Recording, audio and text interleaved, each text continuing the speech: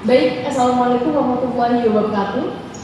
Di sini kami akan menampilkan hasil tugas UPS dari mata kuliah teori dan analisa politik pemerintahan dalam pemenuhan mata kuliah Ibu Fuzi Firdazan MSOS. Pertama-tama kami akan memperkenalkan diri terlebih dahulu. Saya moderator atas nama Syafina Zakiah dengan nomor NIM E103 222 1045. Nama saya Radit Adifa dengan NIM E103 2222 1046. Perkenalkan, nama saya Nur Rahmat Toka dengan NIM E100 3222 1037. Dan saya Denny dengan NIM E103 222 1031. Nama saya Edisa Syafitri dengan NIM E1032 22 1026. Baik, di sini kami akan membahas mengenai IKN, Ibu Kota Negara yang akan dipindahkan ke Kalimantan.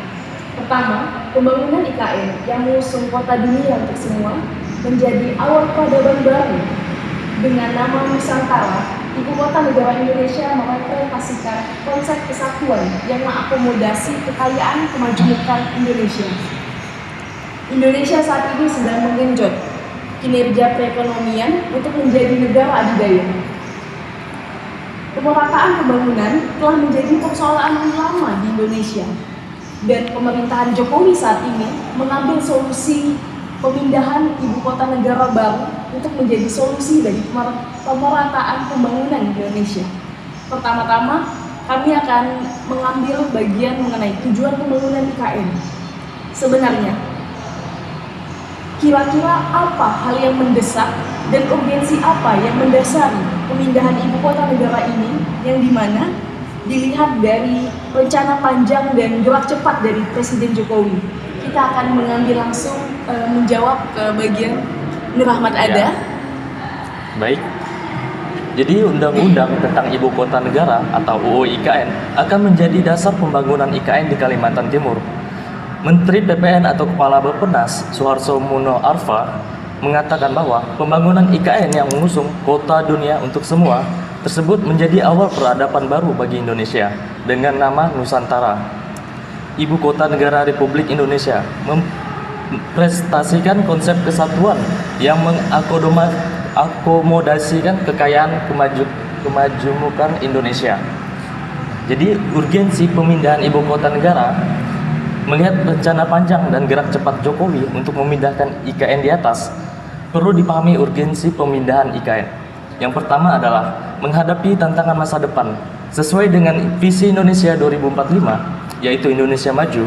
Ekonomi Indonesia akan masuk 5 besar dunia pada tahun 2045. Oleh sebab itu, dibutuhkan transformasi ekonomi untuk mencapai visi Indonesia 2045.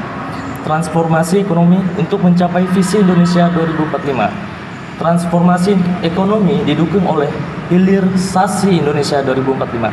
Industri dengan memanfaatkan sumber daya manusia, infrastruktur, penyederhanaan regulasi, dan reformasi birokrasi yang dimulai pada tahun 2020 sampai 2024. Oleh sebab itu, dibutuhkan IKN yang dapat mendukung dan mendorong transformasi ekonomi tersebut.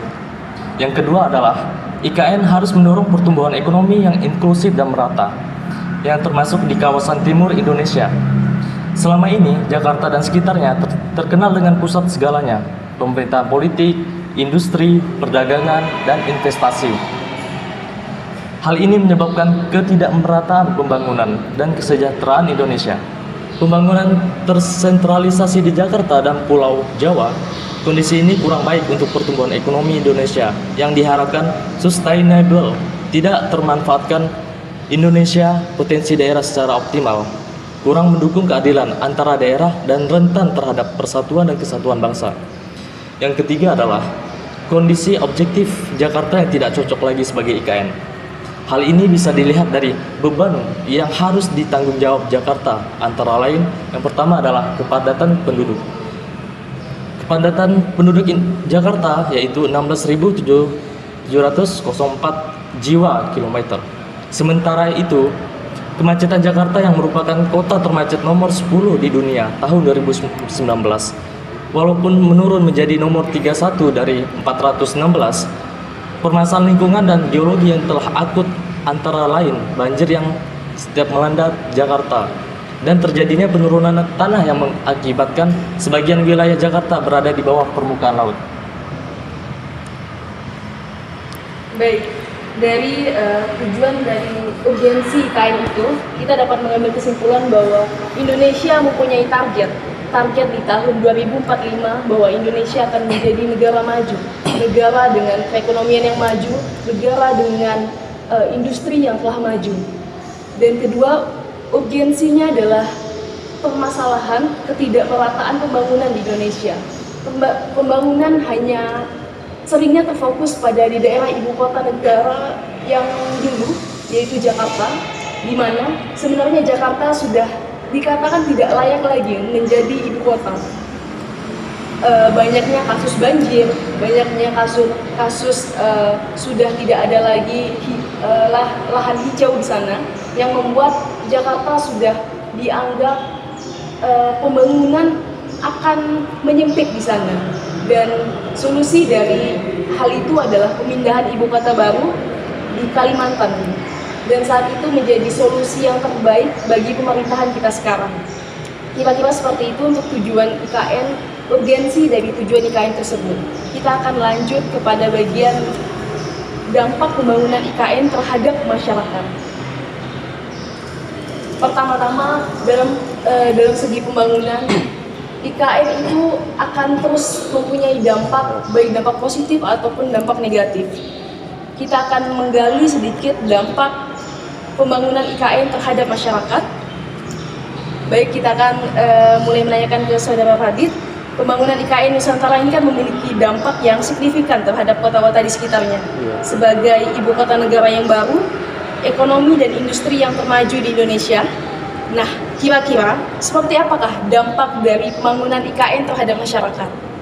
Oke, saya akan menjelaskan tentang dampak pembangunan IKN terhadap masyarakat. Pembangunan IKN Nusantara memiliki dampak yang signifikan terhadap kota-kota yang di sekitarnya.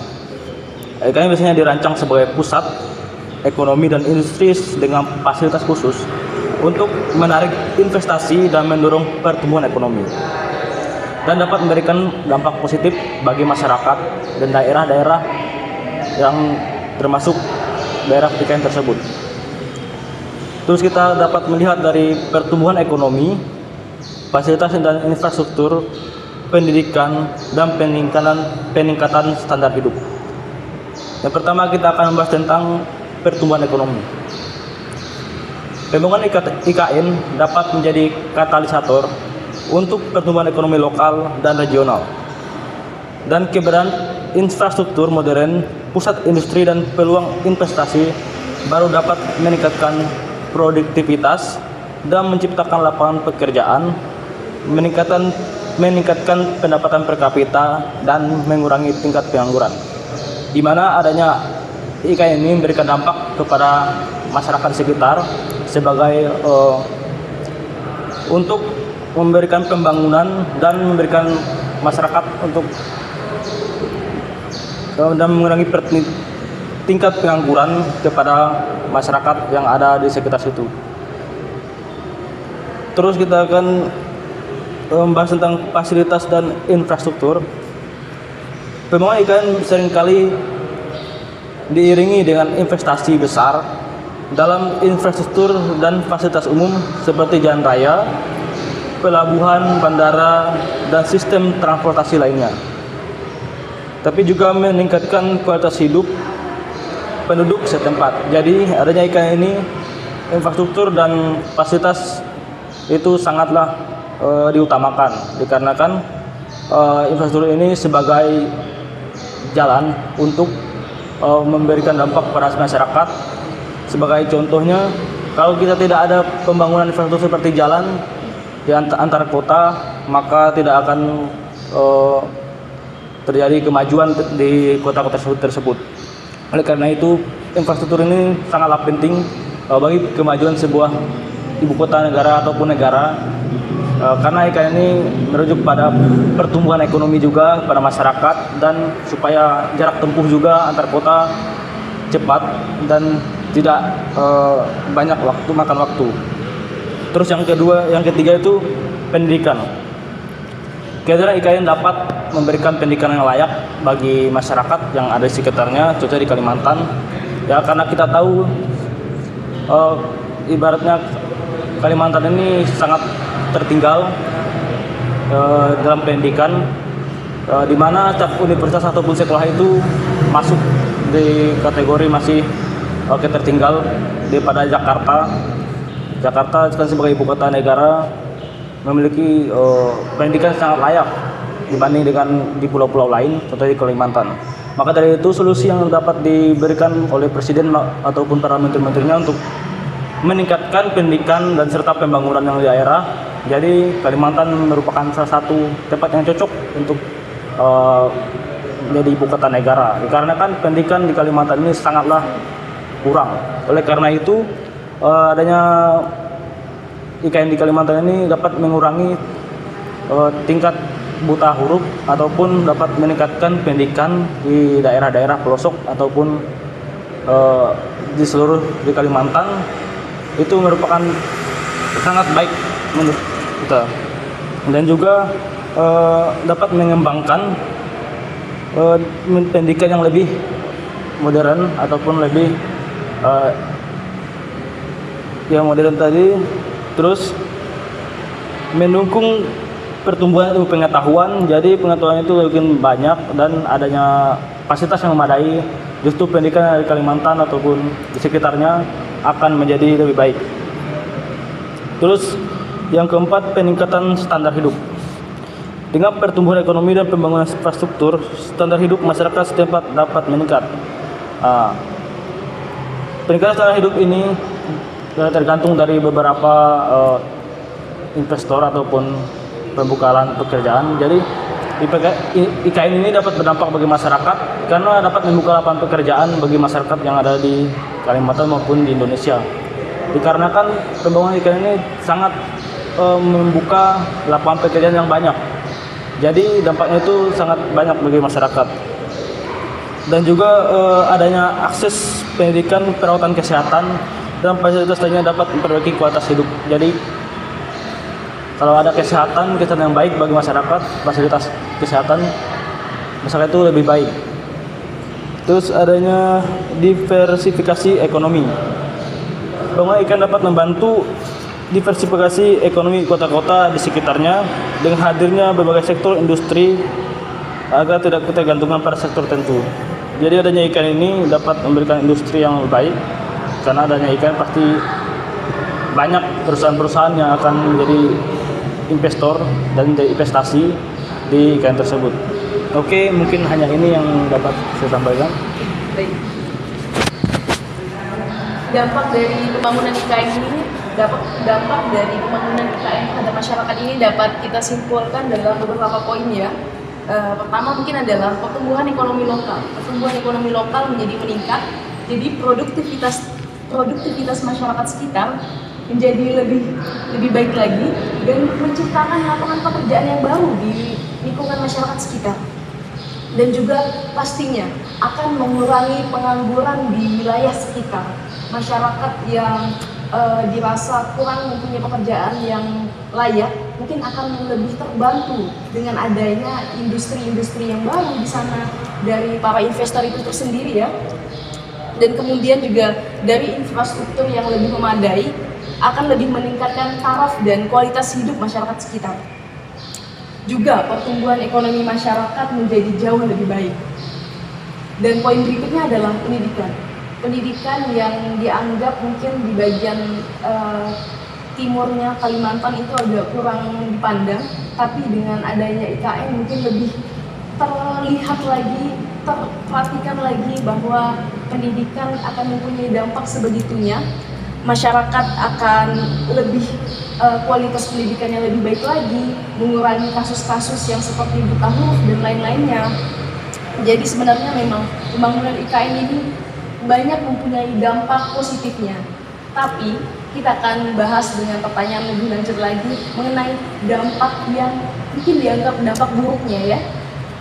Dampak dari pembangunan IKN terhadap lingkungan.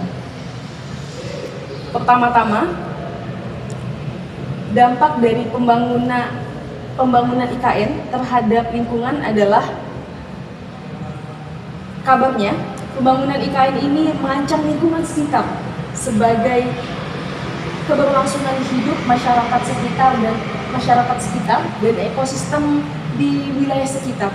Pertama-tama kita akan menanyakan langsung mengenai pertanyaan ini ke Saudara Elisa. Bagaimana kira-kira dampak buruk di lingkungan sekitar terhadap dampak dari IKN tersebut? Oke. Jadi pembangunan IKN ini berdampak negatif pada lingkungan, seperti penurunan kualitas air. Dapat terjadi akibat peningkatan aktivitas pembangunan dan pertambangan. Aktivitas ini mencemari baik air permukaan maupun air tanah dengan limbah berbahaya yang kemudian berdampak pada kualitas air dan merusak ekosistem air. Terus lanjut ada penurunan volume air tanah. Penurunan volume air tanah ini merupakan masalah yang serius yang muncul akibat tingginya konsumsi air untuk keperluan pembangunan dan pemukiman di kawasan IKN tersebut. Dampak dari penurunan volume air tanah ini dapat mengancam pasokan air bersih, yang mana pasokan air bersih itu sangat penting bagi kehidupan penduduk dan ekosistem di wilayah tersebut.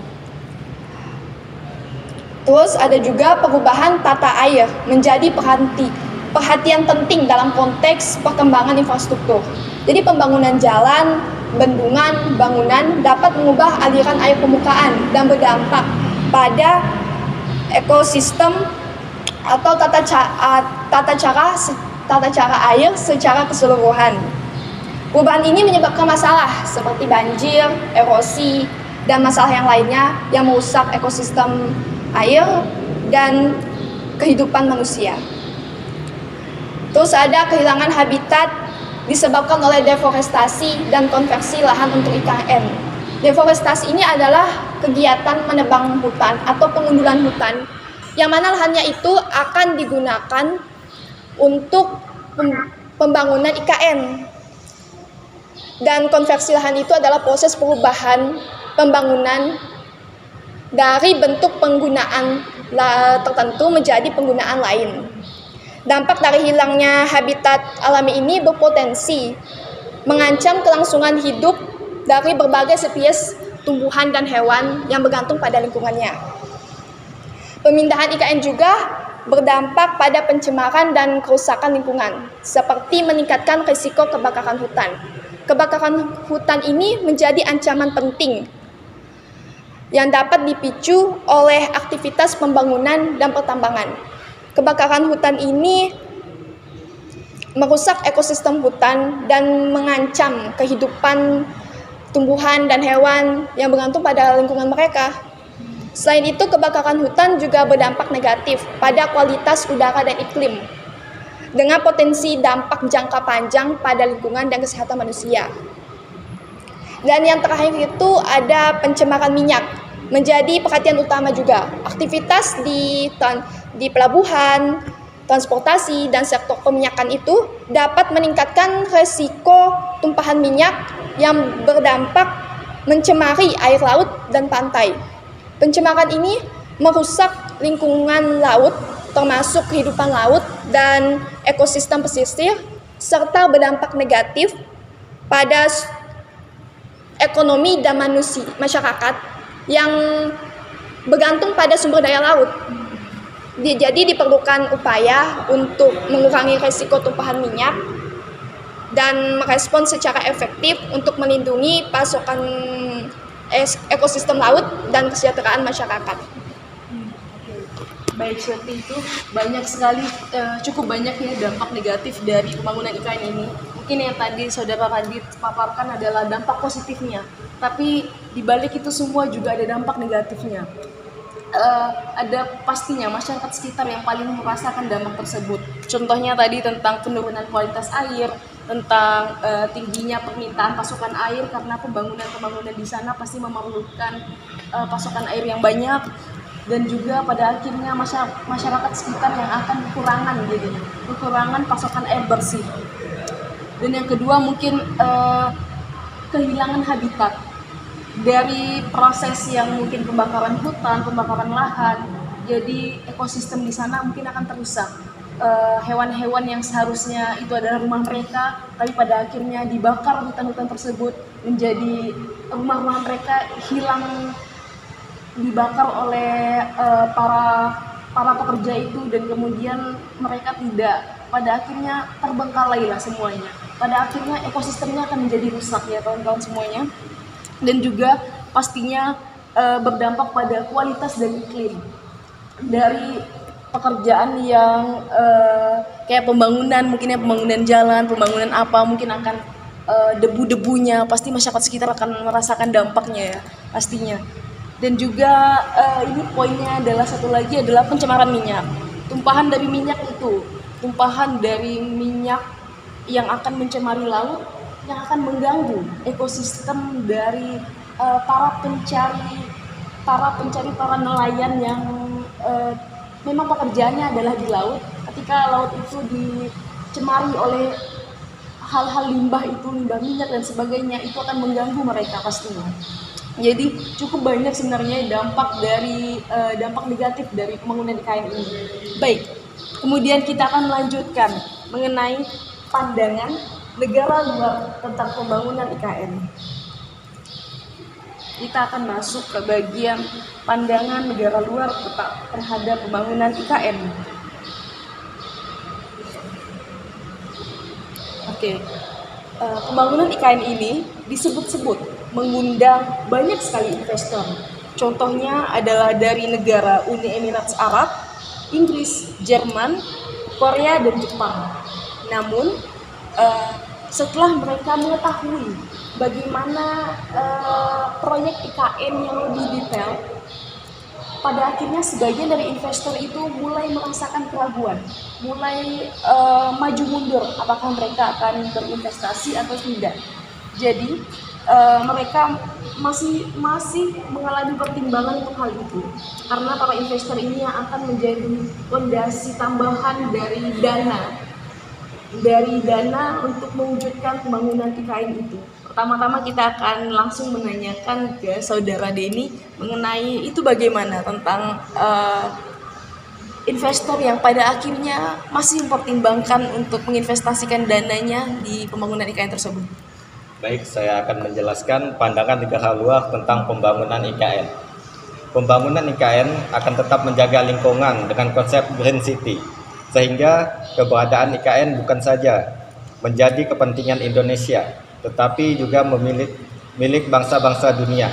Ada beberapa investor luar negeri yang ingin berpartisipasi dalam investasi ini, seperti yang dilaporkan Presiden Joko Widodo dari negara Uni Emirat Arab, Inggris, Jerman, Korea, dan Jepang. Investor dari negara-negara tersebut bersemangat sekali untuk berinvestasi dalam pembangunan IKN ini. Dikutip dari CNBC Indonesia, baru-baru ini surat kabar harian bisnis International Financial Times memberitakan bagaimana proyeksi pertumbuhan ekonomi Indonesia. Media luar negeri melihat perkembangan yang positif dari ekonomi Indonesia, dan ini menjadi dukungan agar terus berlanjut di masa mendatang. Financial Times juga membahas tentang IKN yang menjadi ibu kota baru Indonesia. Media asal Inggris itu juga menyoroti upaya Indonesia yang saat ini sedang mengenjot kinerja perekonomiannya untuk menjadi negara adidaya. Pemindahan ibu kota negara Indonesia juga dibicarakan dunia. Sejumlah analisis internasional nilai proyek yang lebih kecil tetapi tepat sasaran lebih efektif memenuhi keinginan pemerataan pembangunan ketimbang memindahkan ibu kota negara. Pemerataan pembangunan telah lama menjadi persoalan bagi Indonesia. Indonesia sebagai negara kepulauan dan pemindahan ibu kota negara ke Kalimantan menjadi salah satu solusi yang ditawarkan pemerintah Joko Widodo. Infrastruktur pemerataan ekonomi, tapi sebagian analisis menilai ada solusi yang tak semahal pemindahan ibu kota yang tak kalah efektifnya.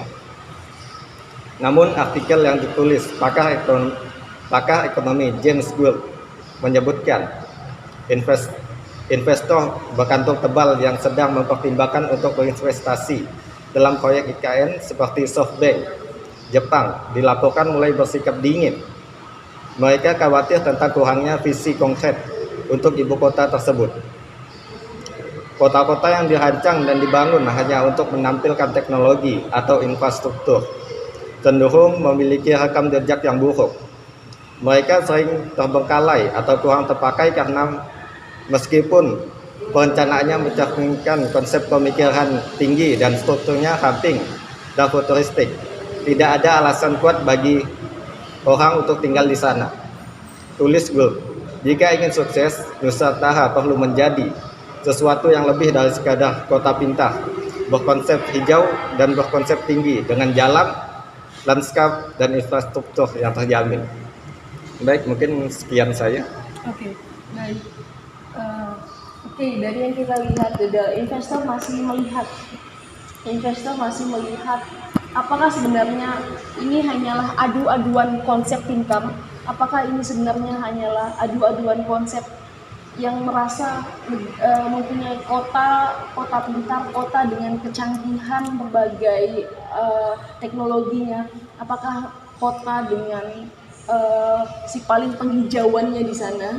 Dan yang kita lihat mungkin lebih ke arah apakah masyarakat di Indonesia sudah cukup mampu untuk menjadi masyarakat dengan mempunyai teknologi yang secanggih itu.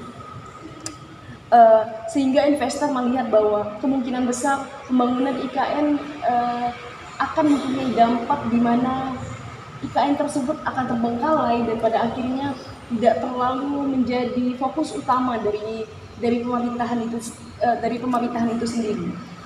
Jadi yang kita lihat adalah pemindahan IKN ini menjadi salah satu solusi dari pemerintahan sekarang dari kasus pemerataan pembangunan di Indonesia. Jadi Indonesia memang sedang gencar-gencarnya bagaimana pemerataan di Indonesia, bagaimana pemerataan wilayah di Indonesia. Apakah pemerataan pembangunan hanya terfokus pada di Jakarta, dan pada akhirnya pemerintah menjawab solusinya. Oke, kita bikin ibu kota baru, kita ambil di bagian Kalimantan karena dianggap mungkin akan menjadi merata pada akhirnya. Tapi di balik itu semua ada dampak positif dan negatifnya. Mungkin dampak negatifnya cukup banyak dan tidak bisa dipungkiri, dampak positifnya juga banyak. Tapi kita tidak bisa langsung mengambil kesimpulan bahwa IKN mempunyai dampak yang cukup baik. Kita juga terus mengamati, terus melihat bagaimana IKN ini. Kita sebagai generasi muda, mahasiswa akan terus memantau bagaimana perkembangan IKN, apakah masyarakat sekitar akan terus dirugikan dalam pembangunan tersebut. Memang pastinya dampak positifnya akan selalu banyak, tapi dampak negatifnya juga akan tidak bisa kita pungkiri, akan tetap ada. Baik, seperti itulah topik kita pada hari ini tentang pembangunan IKN. Saya sebagai moderator, Syafina Zakiah, undur diri dari podcast ini, dan juga Dan saya Rita. Saya Nurman Ahmad. Saya Dedi. Saya Elisa Syafitri. Kami tutup podcast pada siang hari ini. Tidak ada yang IKN sudah kita bahas semuanya, dari dampak positif, dampak negatifnya, dari hal-hal pandangan dari pandangan luar negeri tentang IKN. Jadi seperti itulah kira-kira gambaran tentang pembangunan IKN yang sedang kita gencar-gencarkan, yang akan terjadi di tahun-tahun mendatang. Kita tunggu kabar selanjutnya, dan kita sebagai mahasiswa akan terus memantau kasus tersebut. Baik, terima kasih. Wassalamualaikum warahmatullahi wabarakatuh.